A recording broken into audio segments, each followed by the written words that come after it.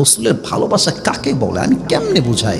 আবু বকরের পা রাখা আছে এমনে, ওখানে এসে এমনে ঠাস ঠাস ঠাস করে ফসল একদম দিতে আছে ছোবল, আর সাপের বিষে আবু বকরের চেহারা সব লাল হয়ে গেছে।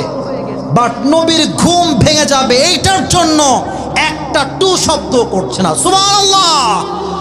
নবীর ভালোবাসা কাকে বলে? বাট একটা মুহূর্তে গিয়ে আবু বকর যন্ত্রণা সহ্য করতে না পেরে তার চোখের পানি নিচে পড়েছে নবীজির কপালে। নবীর ঘুম ভেঙে গেছে। আবু বকর, কি হয়েছে? তোমার চেহারা লাল কেন? তোমার রক্তগুলো লাল কেন হয়ে আছে? একটাও চিৎকার তিনি আদবের রক্ষার্থে করেন নাই। জাস্ট বলছে, ফিদাকা আবি ওয়া উম্মি ওয়া কলবি ওয়া রূহি ইয়া রাসূলুল্লাহ, হে নবী, আপনার জন্য আমার জীবন প্রাণ সব উৎসর্গ। আমাকে সাপে আঘাত করেছে। আল্লাহু আকবার।